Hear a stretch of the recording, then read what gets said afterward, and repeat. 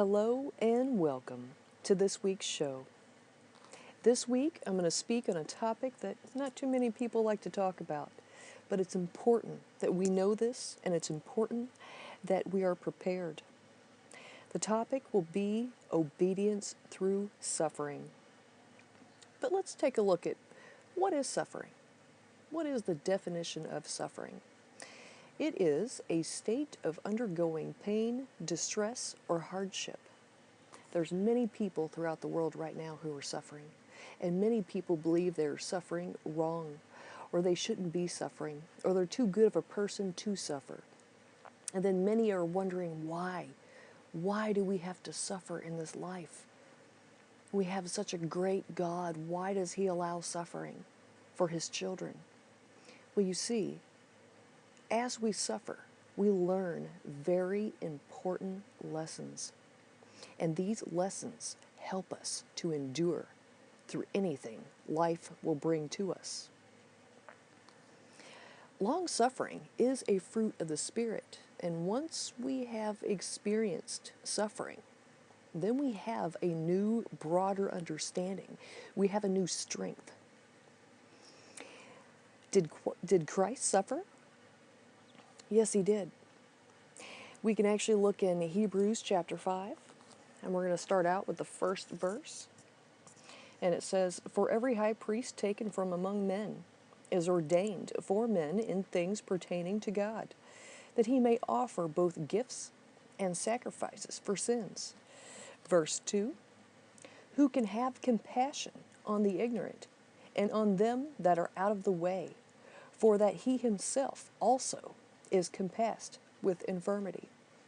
You see, it's very difficult to be able to understand a person who is suffering if we have not suffered that same pain. So therefore, we lack the compassion to understand what the person is going through. So God put Jesus through the same sufferings of men so that He would understand what living in the flesh was like, what suffering was like. But you see, this suffering formed Jesus Christ into the one that needed to be going to the cross for our salvation. And if Jesus hadn't endured this suffering, there's no telling what would have happened, because the suffering in this case was necessary for Jesus to have total and complete compassion on the sinner, to try to understand why they do what they do and what kind of battles that we have in the flesh. Let's take a look at another verse. We're still in chapter 5 of Hebrews. We're going to look at verse 8, and it says, "Though he were a son, yet learned he obedience by the things which he suffered." Verse 9, "And being made perfect, he became the author of eternal salvation unto all them that obey him." So the suffering of Christ was necessary for His growth, for His preparation, and for Him to lead us to the cross. But what does suffering do? None of us are exempt from suffering. And no matter what age you are, you will suffer a hard lesson of some sort in your life. I can promise you this. Nobody looks forward to it. Nobody wants it to happen, because nobody is ready to endure everything we have to go through when we suffer. But what does it do? Well, one of the things it does is it teaches us. If we were in the wrong and we suffered because of that wrong, the suffering has taught us a great lesson to never do that wrong again.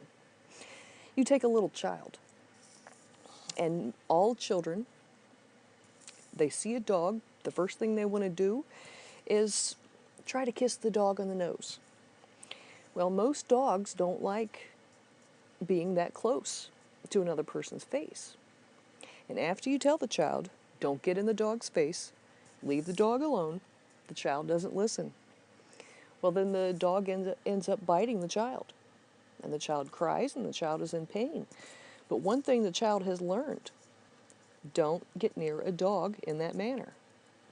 Now, many of us, I mean, that's just one example, but many of us are taught in this matter.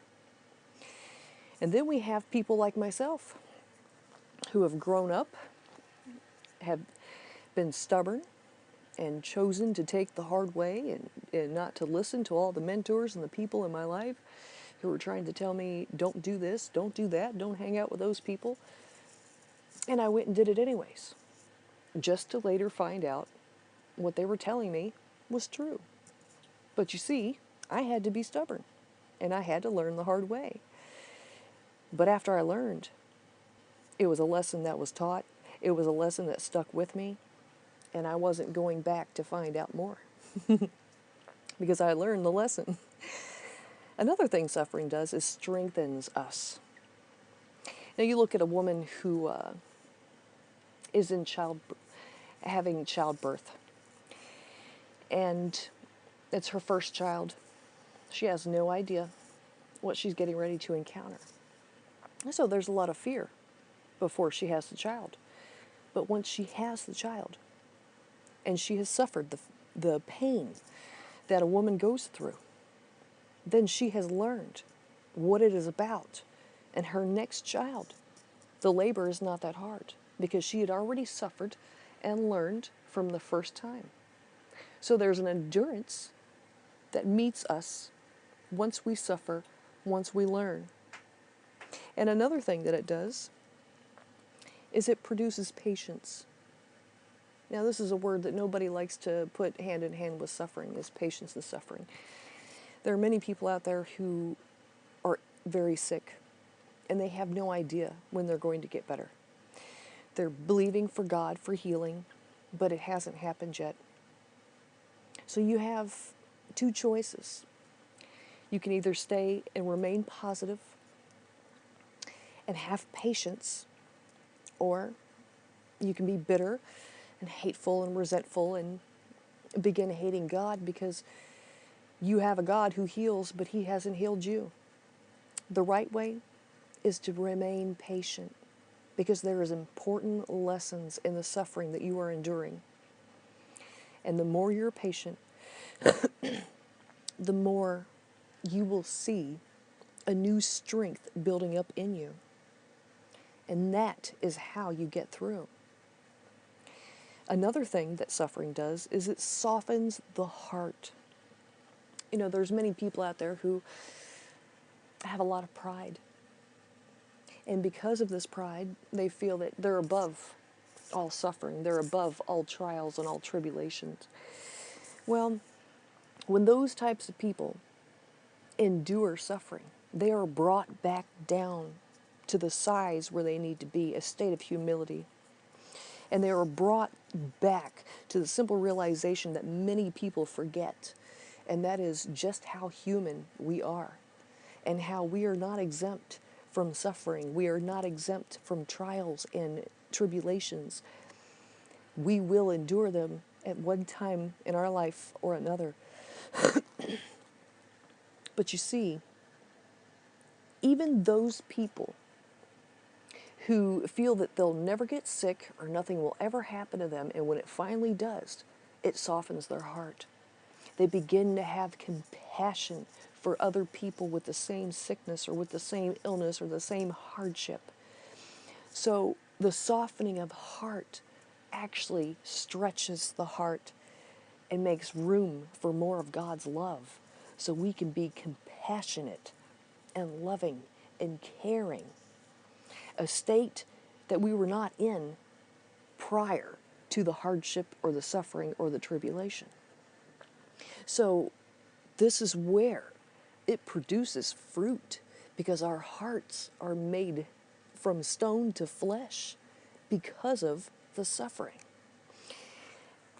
What else does suffering do? Well, it awakens you to a new value in life. I know many of you out there who have not lived like you should. You didn't go to bed like you should. You didn't eat right. You didn't take care of yourself. You didn't exercise. You didn't do anything that you knew you were supposed to be doing. And then here you are. You're suffering because of it. And then you're brought to the realization, well, maybe I should be doing everything that I've been told all along, and I wouldn't be going through this right now.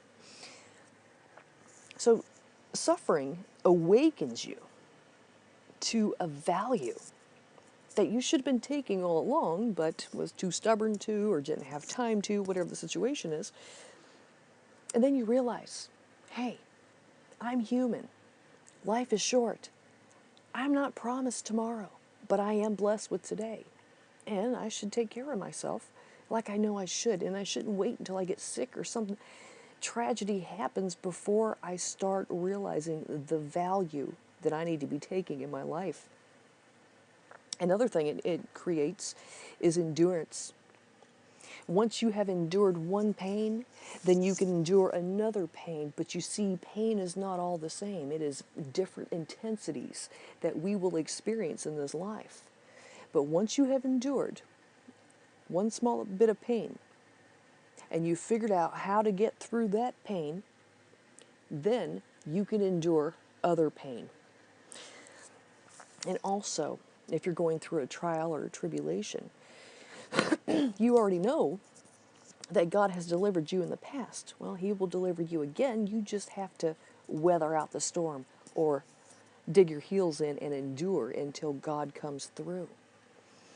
And one of the main things that suffering does is help you to gain endurance. But you see, many will ask, will life be without suffering? No. Life is not without suffering. We all will suffer. And anyone who tells you, I'd tell them to think again, because life is not without suffering. It is actually hand in hand. And I will say that each situation of suffering will have you looking for new ways to obey God. So after you get a taste of suffering, you don't want to experience it anymore. So you will do whatever you can to figure out, okay, how can I obey God more?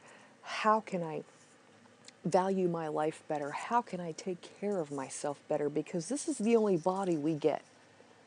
And we only live once. So we got to do what we can to take care of ourselves so we can be around longer for our children, to create a life legacy, just to be able to enjoy life. And yes, there will come a point in time in your spiritual walk that you will finally be able to glory in your sufferings, in your tribulations. And this is because, and it's due to the ability to lean and trust and depend on God so much that you finally can glory and praise the Lord. Because whenever you have a suffering coming your way, you know there's a lesson coming. And whenever you have a tribulation coming your way, you know God's going to make a mighty move. And whenever you have a hardship coming your way, you know that you will gain wisdom, strength, endurance, and God will be there with you all the way. Well, it is my prayer that you were blessed by this week's message. Until next time, God bless you.